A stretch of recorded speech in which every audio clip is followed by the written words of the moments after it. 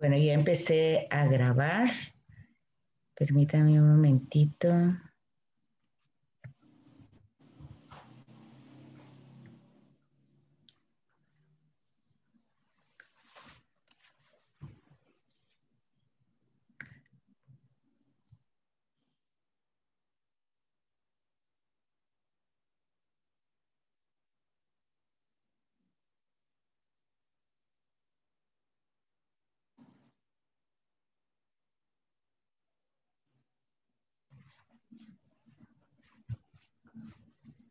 Bueno, buenas noches entonces, bienvenidos. Estamos a la hora puntual, 7:30, ya estoy grabando. El material es muchísimo, así es que no voy a dar mucho tiempo de esperar, voy a empezar inmediatamente. La clase se va a grabar, como les digo, como se hacía anteriormente, solo que esta clase no va a ser subida al portal, o no sé, porque la otra la están subiendo a la nube, no sé qué problemas hay ahí todavía con el portal que no lo pueden hacer. Bueno, entonces yo, dependiendo, si la otra no se puede bajar a la sesión del día, pues esta la voy a grabar para esa sesión y va a estar la agenda, la sesión y ahí va a estar grabada. Ustedes lo van a tener en el WhatsApp de hoy y lo van a tener también en el portal, la agenda de hoy. Entonces hoy necesito, como lo habíamos platicado, que tengan su Biblia, ¿verdad? Que tengan su Biblia abierta porque hoy la vamos a utilizar. Y dijimos hace 8 días que vamos a utilizar Juan capítulo 4.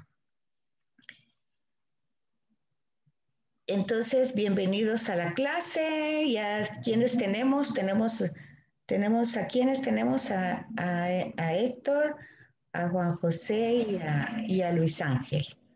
Entonces, ¿quiénes nos falta? Luis Ángel, nos falta dos, Las ¿verdad? dos Salinas Solo ellas dos. y Sheila. Y Sheila. Las Ok. dos Salinas y Sheila. Ellas dos faltan. Ok. Pero entonces vamos a empezar y ya saben ustedes que está grabado. Entonces,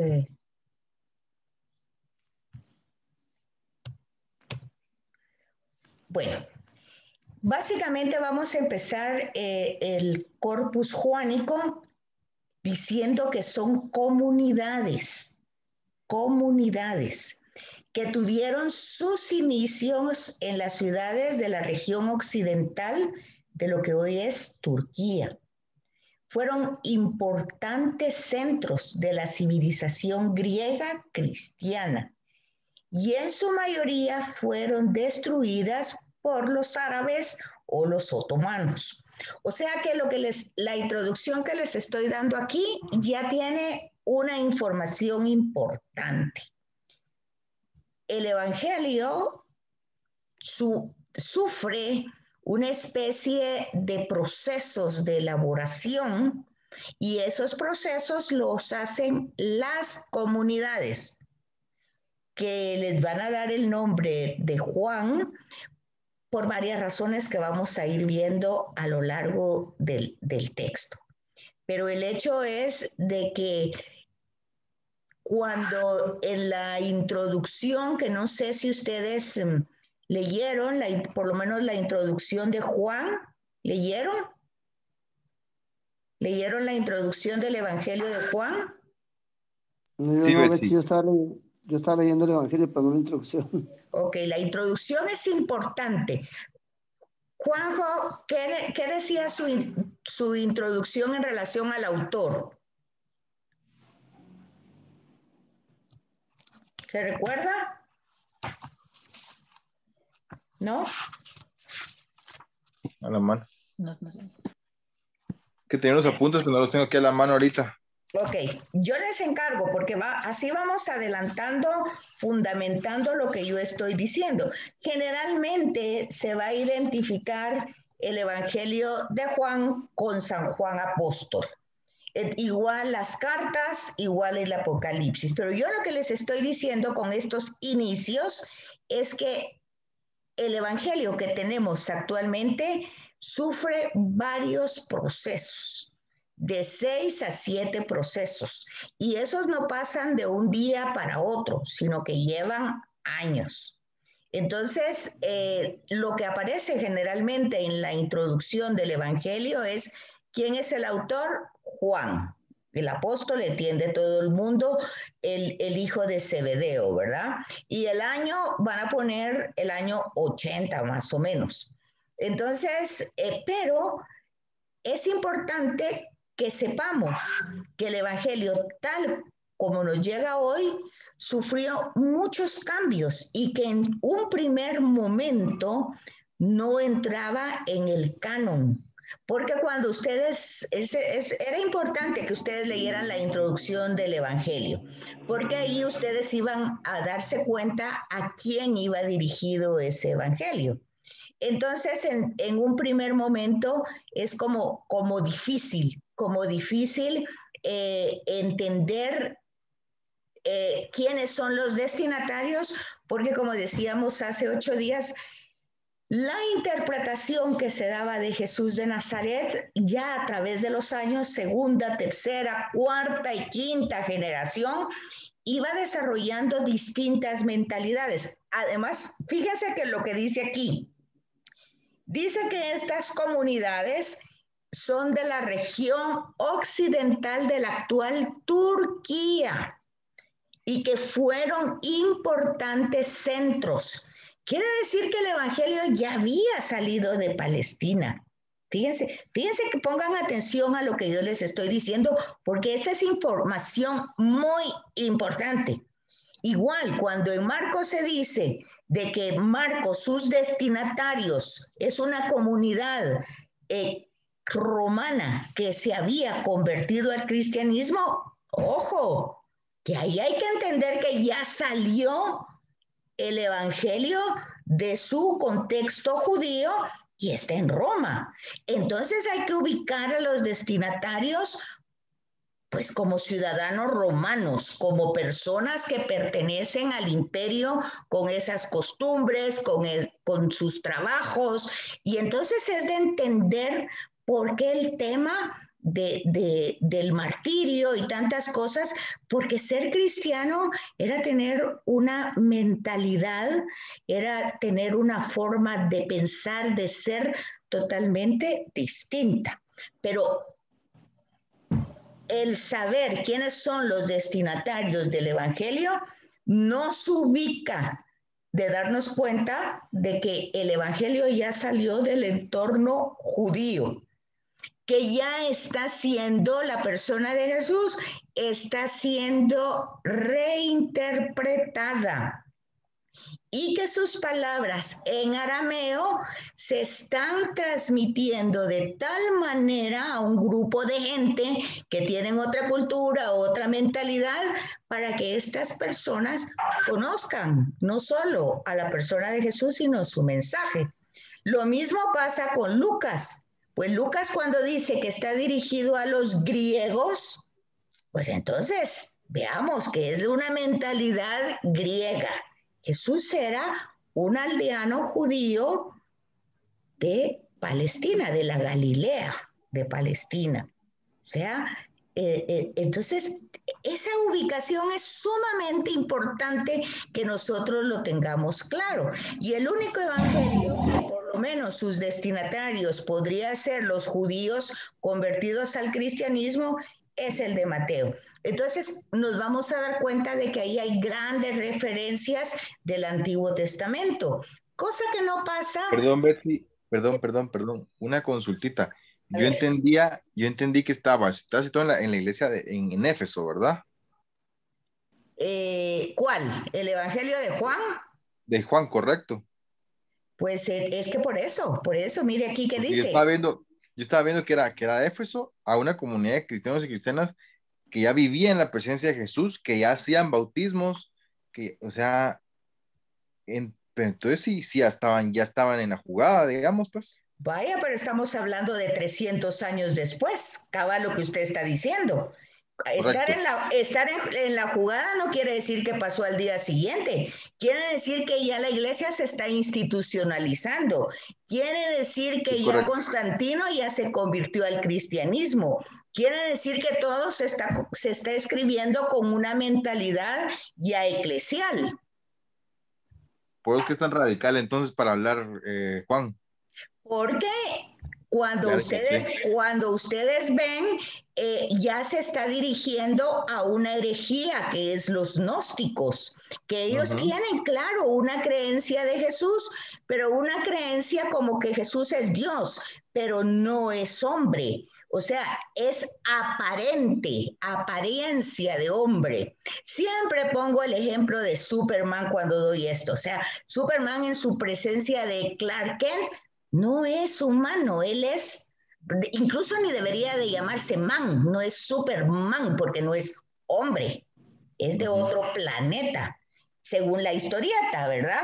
Pues entonces Jesús, por ejemplo, en los gnósticos, que ya es una mentalidad que se empieza a desarrollar, digamos, a finales del siglo I, ya cuando estamos hablando finales, ni siquiera tal vez a finales, tal vez desde el principio se empiezan a generar las interpretaciones diversas de Jesús.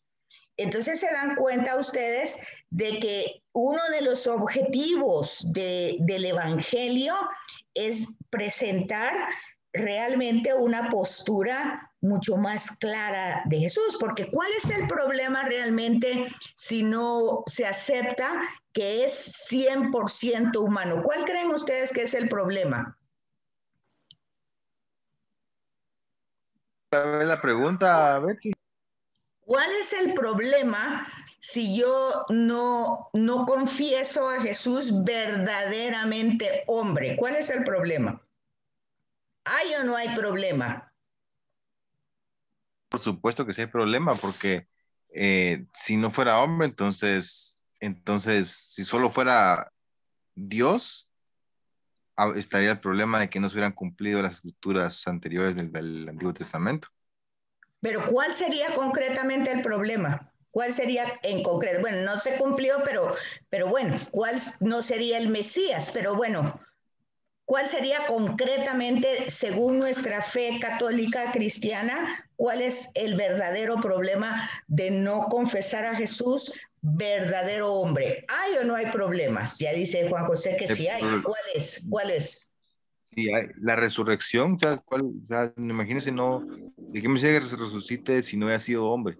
Sí, O sea, no sé, la encarnación, no tampoco todo. se murió, claro, porque tampoco se murió, todo fue una apariencia, tampoco se encarnó, porque solo fue una apariencia. ¿Sí se fijan? Entonces es un verdadero problema. Entonces ahí es donde está la clave de ver ustedes cuando lean la introducción de los evangelios, ustedes tienen que poner mucha atención en eso, en el autor. Porque el autor le puede decir Marcos, Mateo o Lucas o Juan. Pero ustedes desen cuenta cuando los ponen en una época. Uno, ¿qué tienen que fijarse de la historicidad? Uno, que el templo de Jerusalén fue destruido en el año, antes del año 70, entre los años 66 y 68 con las revueltas judías, y que ahí murieron casi todos los apóstoles. Entonces, ustedes tienen que pensar eso. Acuérdense que cuando ustedes están estudiando esto, no es así como cuando en el colegio que uno lo estudia para ganar un examen. No, aquí es para que ustedes sepan leer la escritura, la puedan comprender y comprendiéndola la puedan encarnar en su propia vida. Por eso en las Eucaristías dice Evangelio según. La palabra según es importantísima. Incluso en el tema de las homilías es importante porque si no se hace un collage, se hace todo ahí sobrepuesto de muchas imágenes y porque aquí, porque ahí, cuando realmente la perícopa que se está leyendo tiene un mensaje concreto que es sobre el que hay que reflexionar. Ya cuando toquen otros otras reflexiones de otros pasajes, pues así se hará. Pero hay una catequesis, hay un anuncio carismático en ese episodio que se está desarrollando en esa pericopa que se lee. Entonces, ojo con eso, hay que poner atención en la época entonces en que se escribe en el autor, que entonces, ¿qué es lo que nosotros podemos ver? Pues sí, que el autor puede ser comunidades formadas por Juan, posiblemente. Juan las trabajó. Sí, Héctor, dígame. Sí, licenciada, buenas noches. Buenas noches, Héctor. Tengo una duda, licenciada, con Dime, dime. relación al Evangelio de Juan. Ajá. ¿Por qué se menciona? Estaba leyendo un poco la introducción, pero se menciona como que fueran tres personajes en el libro. Se menciona Juan y Juan el Evangelista y el otro Juan, que era el Juan el Bautista. No, acuérdense que Juan el Bautista murió antes de que Jesús empezara su misión, es decir, Juan el Bautista no podía ni siquiera escribir nada, ya estaba más muerto que a saber qué. Ajá.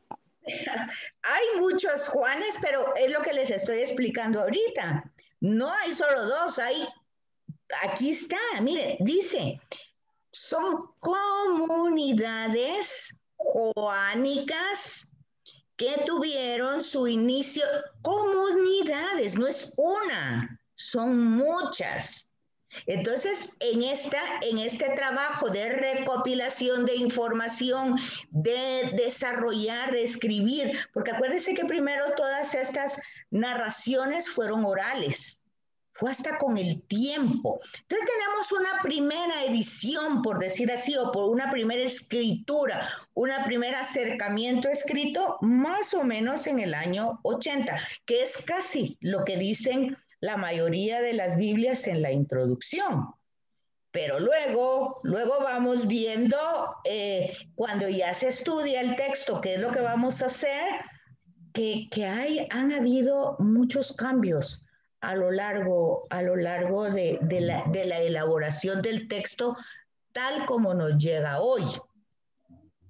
Entonces, bueno, no sé si vamos ahí, vamos un poquito, van conmigo, ¿sí? ¿O hay dudas todavía? Oh, vamos bien. ¿Qué manda? Lick, yo encuentro que el Evangelio de Juan, como el 90% no tiene ninguna similitud con los otros evangelios, Lick. Exactamente. Y además encuentro que varias palabras se vuelven a repetir durante todo el evangelio. Perfectamente. ¿Hasta dónde va leyendo usted, Héctor? Por respeto a los demás compañeros, no lo voy a decir. No tenga pena, si ellos tienen hasta la otra semana. Ellos pidieron 2 semanas, no hay problema. Ahí no es que usted nos va a presumir de nada, no, al contrario, para ver más o menos lo que usted va leyendo y yo voy entendiendo qué es lo que usted capta. Sí, que voy por el capítulo 15. Ah, mire, muy bien. O sea, ya terminó la primera parte y ahorita va por los discursos. Entonces, es interesante porque aquí en los primeros 11 capítulos usted encontró lo que son los 7 signos, lo cual no se llaman milagros, se llaman signos, signos de la manifestación de Dios en Jesús. Son 7 nada más. Vio que no hay exorcismos, vio que no hay parábolas. Entonces, es exacto lo que usted acaba de decir. No se parece en casi nada a los sinópticos. Muy bien. Otra cosa que también usted notó es que aquí hay palabras, hay como discursos y palabras repetitivas ya desde el capítulo 12 en adelante. Grandes discursos, grandes palabras que se repiten y eso es lo que vamos a ir viendo para que encaje. Entonces, es muy bueno que usted lo lea, sígalo leyendo con esas características. Y entonces también la introducción para ubicarlo, ¿verdad? Porque es muy importante ubicar el texto para saber qué estamos haciendo. Bueno, entonces esto es lo que vamos a trabajar hoy. Vamos a trabajar el capítulo 4. ¿Cómo lo vamos a trabajar? Ustedes van a tener su Biblia abierta en el capítulo 4 y yo les voy a leer la primera elaboración según los estudios bíblicos que se han hecho. ¿Cómo fue lo primero que pudo haber salido de las primeras comunidades? Eso vamos a hacer. Y aquí tienen ustedes marcadas con un poquito, con un puntito, las comunidades que pudieron haber existido de Juan, ¿verdad? No sé si lo tienen claro ahí, si lo logran ver, donde hay un puntito. ¿Lo miran? Por ejemplo... Se ve, pero está como, se ve como, bueno, es que yo que estoy medio choco.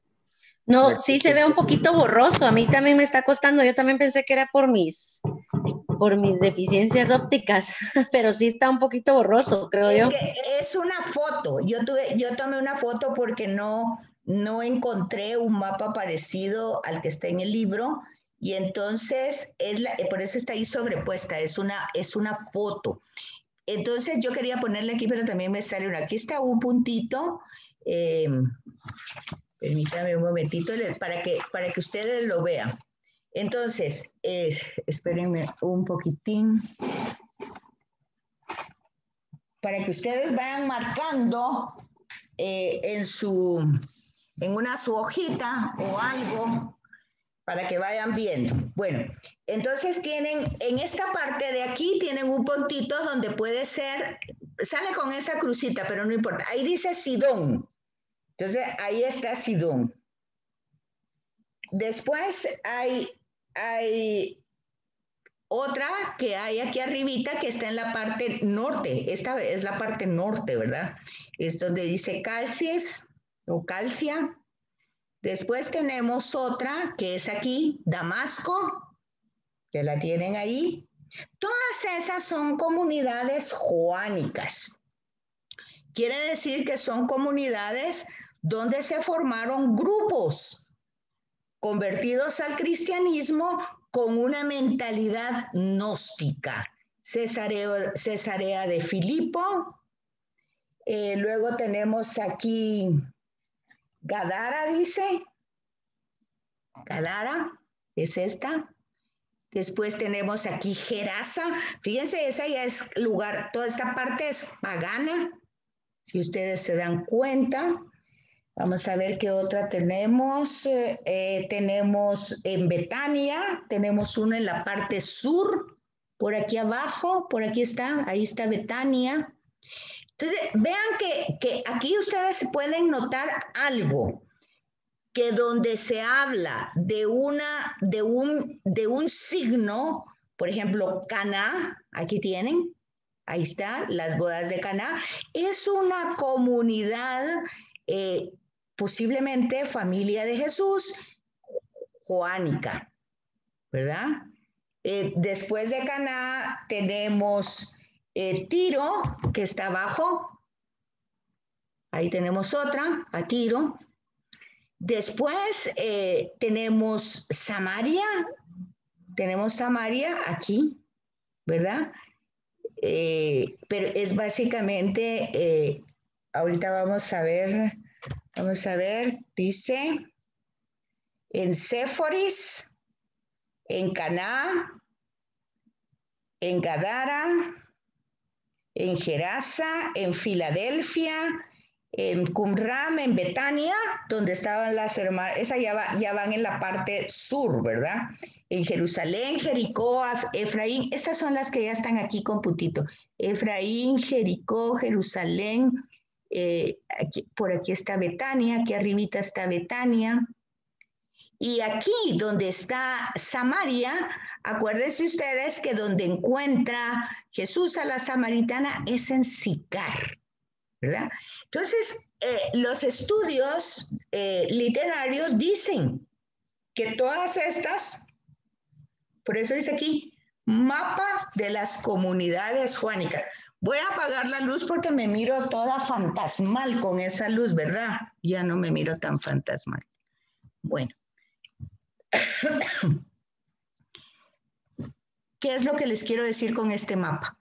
Darse cuenta que no se trata de un solo lugar, sino que todos estos grupos interpretaban a Jesús, reinterpretaban, recordaban a Jesús de formas diversas. Y cada uno de ellos tenía su tradición oral. ¿Qué les parece a ustedes? ¿Por qué? Porque el Evangelio no se escribió de un día para otro. Todo eso se trata. Aquí hay una gran riqueza de comunidades. No es lo mismo que, por ejemplo, San Marcos, que pone, básicamente, tal vez habían más comunidades, pero está escrito de una manera tan esquemática que no se ve un desarrollo posterior tan grande. Se ven ciertas añadiduras y algunas cosillas, pero no tan elaborado como Juan. Pero entonces aquí está como la base. ¿Preguntas, dudas sobre esto? Tradiciones orales, que entre todas ellas, muy ricas las tradiciones orales, y todas ellas se ponen luego por escrito. Claramente no tenemos solo un informe, tenemos muchas tradiciones orales. ¿Van conmigo o no van? Sí, Betsy. Sí, sí. Perfecto, perfecto. Bueno, entonces, entendiendo eso que es muy importante para entender a Juan, ahora se van a dar cuenta ustedes por qué. Porque a veces la gente dice, ay, es un evangelio muy profundo, es muy teológico. ¿Por qué dice la gente eso? Porque no lo entiende. Y no lo entiende porque las elaboraciones fueron muchas. Entonces, vamos a ver ahorita ustedes en su capítulo 4. ¿Ya lo tienen ahí? ¿Sí, Héctor? ¿Por qué Jesús le llama a Juan el discípulo amado? Es que no es Jesús, son las comunidades. Es lo que estoy explicando. Acuérdense que es un proceso. ¿Y quién es ese discípulo amado? Pareciera que todos llegamos a pensar que es Juan.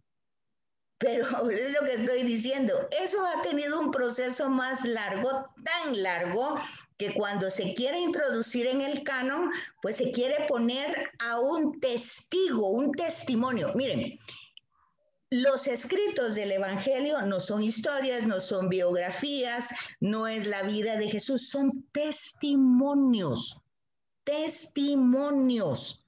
La palabra testimonio tiene un enfoque más jurídico, una raíz más jurídica, pero un testigo, y eso dice Juan al final, o al menos las comunidades, dicen eso. Todo esto se escribió, lo escribieron los testigos. Pero no es que nosotros digamos que es directamente el testigo ocular lo transmitió oralmente y formó comunidad. Esta comunidad recibió ese testimonio, lo vivió, lo creció y lo transmitió a una generación, a otra generación, hasta que se ve que se tiene que escribir porque se están muriendo y ya, pues, ¿a qué hora se va a escribir? Entonces empieza un proceso literario, ¿verdad? Pero hay que entender que básicamente los 4 evangelios, su función es testimonial. Ese es su trabajo, ese es su objetivo, testimoniar.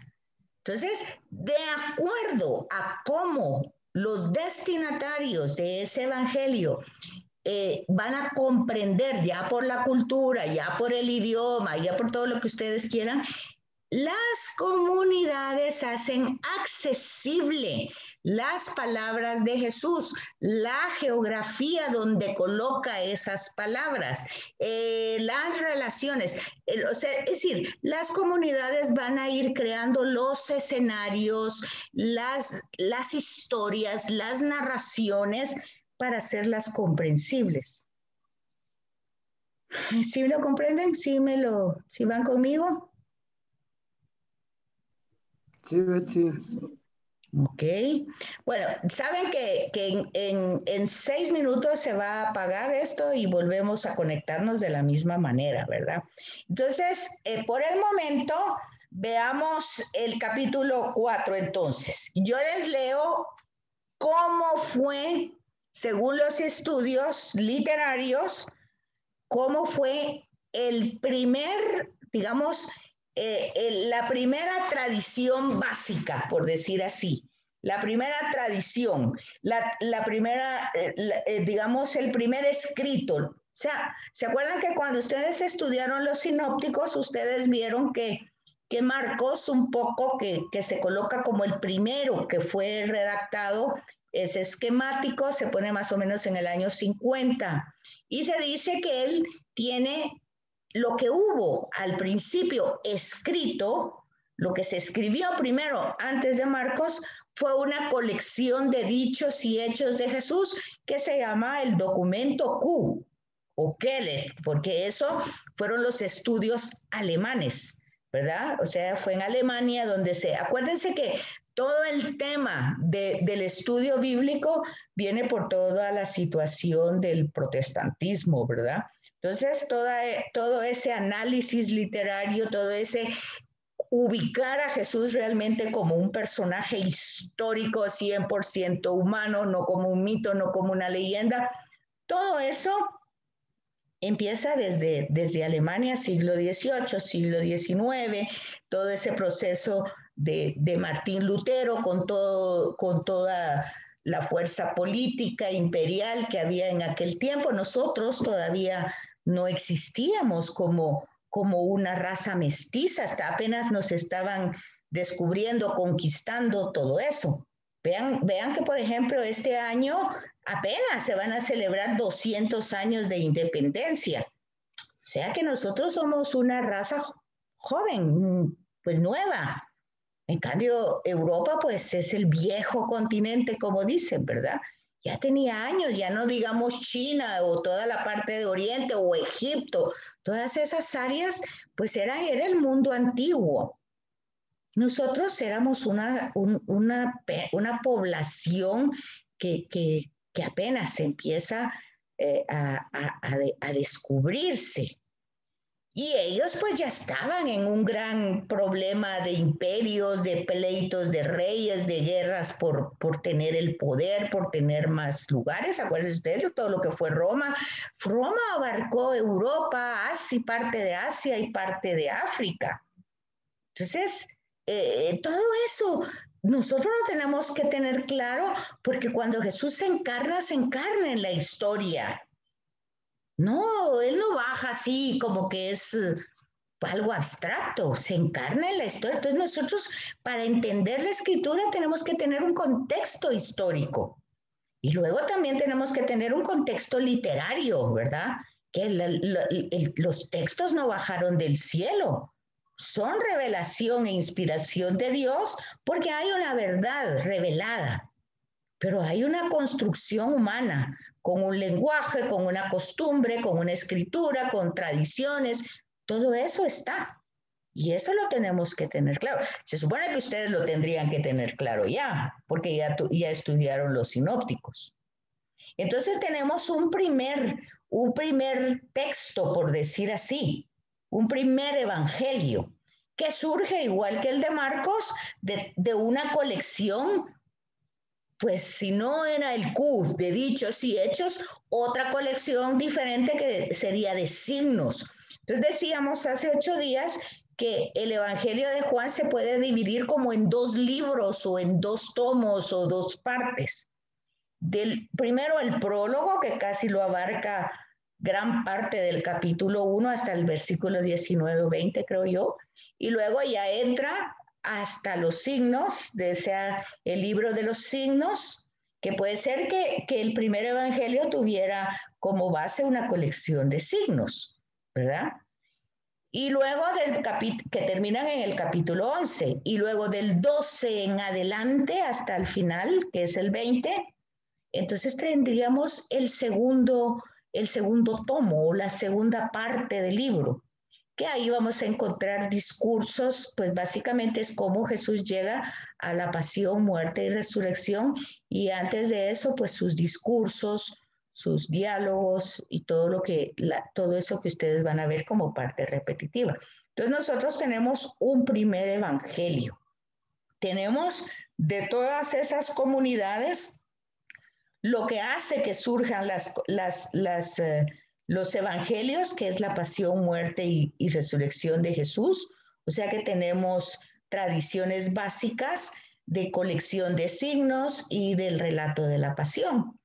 Y también tenemos relato de Juan el Bautista, y aquí lo que vamos a ver la tradición de Sicar. O sea, ¿cómo es que dio origen la comunidad de Sicar? ¿Cómo dio origen la comunidad de Canaán? ¿Cómo dio origen la de Betania? Así tenemos varias. Bueno, en un minuto se termina con su Biblia, si no la tienen, y se vuelven a conectar. Capítulo 4, por favor, si ya lo tienen abierto, un lapicerito para ir chequeando lo que yo les voy a ir diciendo. Primero les voy a leer el primer evangelio que aparece según los estudios literarios. ¿Dudas, preguntas? ¿No? Betsy, ¿hasta qué capítulo llega el prólogo? No, el prólogo solo es un capítulo, es el capítulo 1, versículo 1 al versículo como 19. Perfecto. Ese es el prólogo.